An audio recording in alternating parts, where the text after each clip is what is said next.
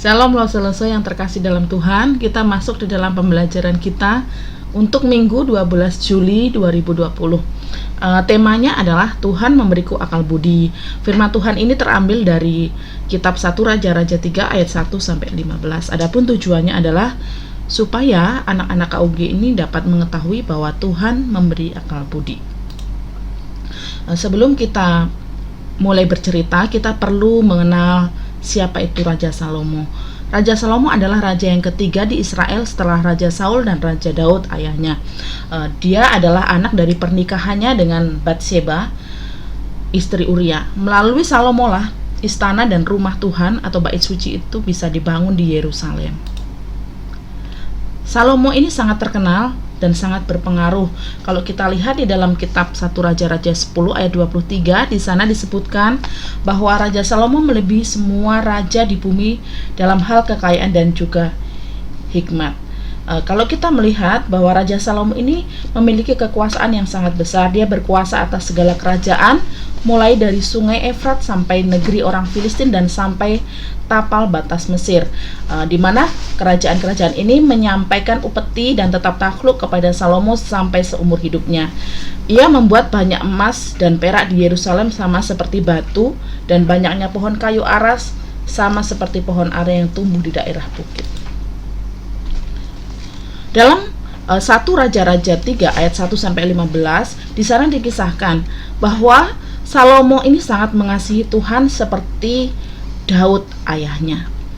Nah, suatu hari Salomo ke Gibeon, ke bukit pengorbanan, dengan membawa 1000 korban persembahan. Ini terdapat di 1 Raja-Raja 3 ayat yang keempat.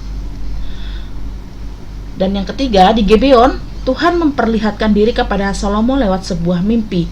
Lalu Tuhan memerintahkan Salomo untuk meminta sesuatu kepadanya. Dan yang luar biasanya, Salomo ini meminta hikmat dan kebijaksanaan untuk membedakan antara yang baik dan yang jahat. Ini terdapat di dalam 1 Raja-Raja 3 ayat 10 sampai 13. Dan yang dapat dipelajari dari kisah Salomo ini adalah di mana Tuhan adalah sumber hati dan pengertian yang sehat dan bijaksana.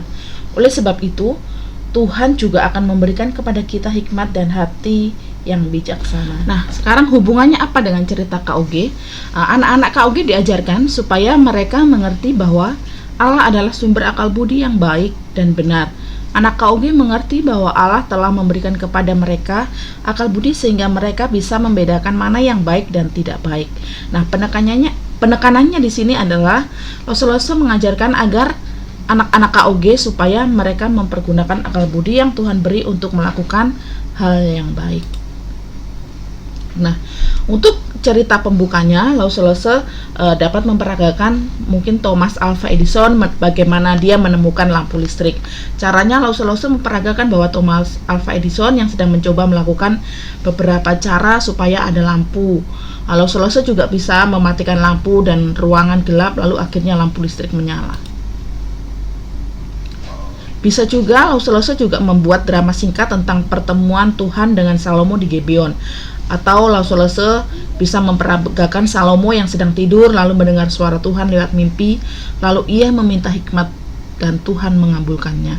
Atau Lause dapat mencari cerita pembuka lainnya yang mungkin lebih menarik. Tetapi isi cerita di sini adalah bagaimana Lause harus menjelaskan kepada anak-anak KUG bahwa kisah Salomo adalah seorang raja yang berhikmat, berakal budi dan berpengaruh.